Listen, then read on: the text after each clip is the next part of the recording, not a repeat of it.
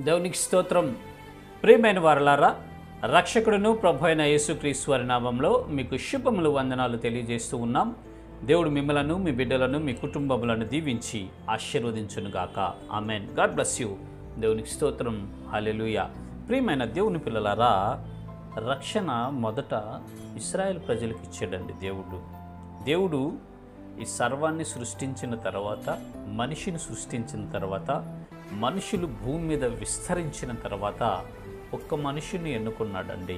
ఆ మనుషుడే అబ్రహామును ఎన్నుకొని ఆయనను ఆశీర్వదించి ఆయనతో వాగ్దానం చేశాడు. నీ సంతానాన్ని నేను దీవిస్తాను, ఆశీర్వదిస్తాను, హెచ్చిస్తాను, గొప్ప వారిగా చేస్తానని చెప్పాడు. ఆ అబ్రహాము గారిలో నుంచే ఇస్సాకు నుంచే యాకోబు, ఏశావులు వచ్చారు. యాకోబుని ఎన్నుకున్నాడు దేవుడు. ఆ యాకోబులో నుంచే ఇశ్రాయేలీలు వచ్చినట్లు మనము చూస్తాం. వారు దేవుని యొక్క స్వకీయమైన సంపాద్యమైన జనముగా ఆయన మార్చుకున్నాడు. అది కొరకు మొదట రక్షణ అనేది వారి ద్వారానే ఈ భూలోకానికి రావాలనే దేవుని యొక్క ఉద్దేశం అండి.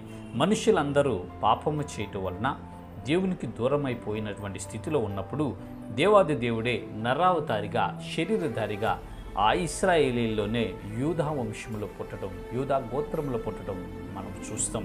మొదట రక్షణ అనేది యూదుల్లో నుండి వచ్చిందండి.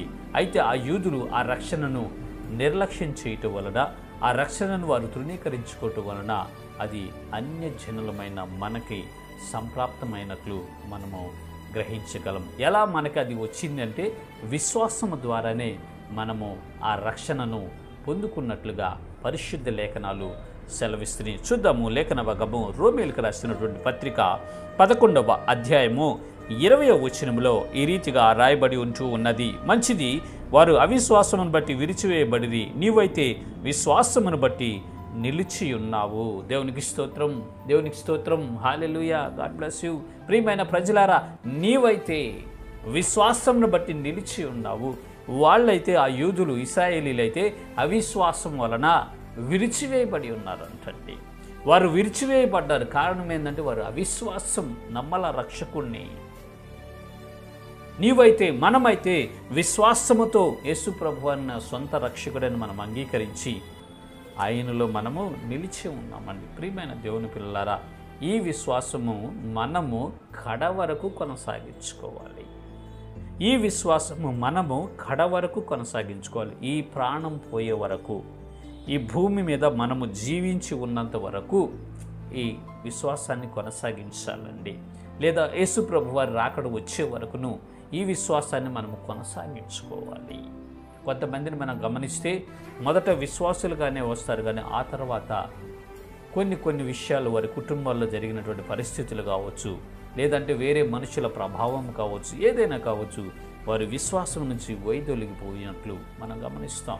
మన పక్కన ఉన్నటువంటి ప్రజల్ని మనం గమనిస్తే కొంతమంది మొదట ప్రార్థనకు వచ్చినటువంటి వారే, మొదట యేసు ప్రభు వారి యందు విశ్వాసం ఉంచినటువంటి వారే, కానీ రాను రాను వారి క్రియలు అంధకార భయంగా మార్చబడి లోకంలో పడిపోయి భ్రష్టత్వంలోకి దిగిపోయినట్లుగా మనం చూస్తాం. ప్రియమైన సహోదరి, సహోదరుడా, నీవు నేను అలాగుండకూడదు.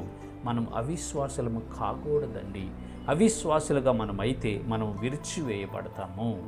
విశ్వాసులుగా మనం ఉంటే మనము దేవునిలో నిలిచి ఉంటామని దేవుని వాక్యం సెలవిస్తుంది. కాబట్టి ప్రియమైన దేవుని పిల్లలారా, నీవు నేను రక్షించబడ్డ మనము యేసు ప్రభువారిలో నిలిచి ఉందాం. ఆయన యందు పరిపూర్ణమైన విశ్వాసం ఉంచి ఈ విశ్వాస్యతను ఆయన వైపు చూచుచూ కొనసాగించుకోవాలి. మనం మరణ పర్యంతం వరకు విశ్వాసంతో ముందుకు వెళ్ళి మనం మరణిస్తే మన ఆత్మ దేవుని సన్నిధికి చేరుతుంది, నిత్య జీవాన్ని పొందుకుంటుంది, యుగాలు ఆయనతో ఆనందిస్తుంది. ఇటు కృప దేవుడు మనందరికీ కలుగు చేయనుగాక. ఆమెన్. God bless you. దేవుని స్తోత్రం. హల్లెలూయా. Praise the lord.